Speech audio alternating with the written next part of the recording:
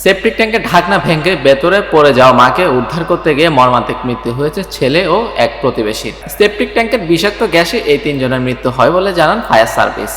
বৃহস্পতিবার সকালে রংপুরের মিঠাপুকুর এলাকায় সেপটিক ট্যাঙ্কের উপর মই রেখে লাউ শাক সংগ্রহ করার সময় এ দুর্ঘটনা ঘটে।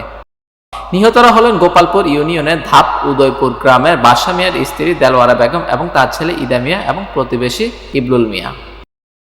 এলাকাবাসী জানান দেলোয়ারা বেগম নিজ বাড়ির সেপটিক ট্যাঙ্কের উপর মই রেখে লাউ শাক সংগ্রহ করছিলেন। এক পর্যায়ে ট্যাঙ্কের জরাজীর্ণ ঢাকনা ভেঙে ভেতরে পড়ে যান। এ সময় তার চিৎকার শুনে ছেলে ইদা মিয়া মাকে বাঁচাতে ট্যাঙ্কের ভেতরে নেমে অসুস্থ হয়ে পড়েন। পরে প্রতিবেশী ইবলুল মিয়া ট্যাঙ্কে নেমে উদ্ধারের চেষ্টা করলে তিনিও অসুস্থ হয়ে পড়েন। ঘটনার পর ফায়ার সার্ভিসের কর্মীরা ঘটনাস্থলে গিয়ে সকাল 7:30টার দিকে কুয়া থেকে 3 জনের মরদেহ উদ্ধার করেন। এমন মর্মান্তিক মৃত্যুর ঘটনায় ওই এলাকায় শোকের ছায়া নেমে এসেছে।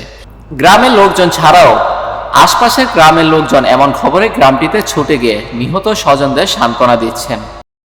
খবর পেয়ে মিঠাপুকুর থানার পরিদর্শক ফেরদৌস ওয়াহিদ ঘটনাস্থল পরিদর্শন করেছেন। Desk report, TBC news.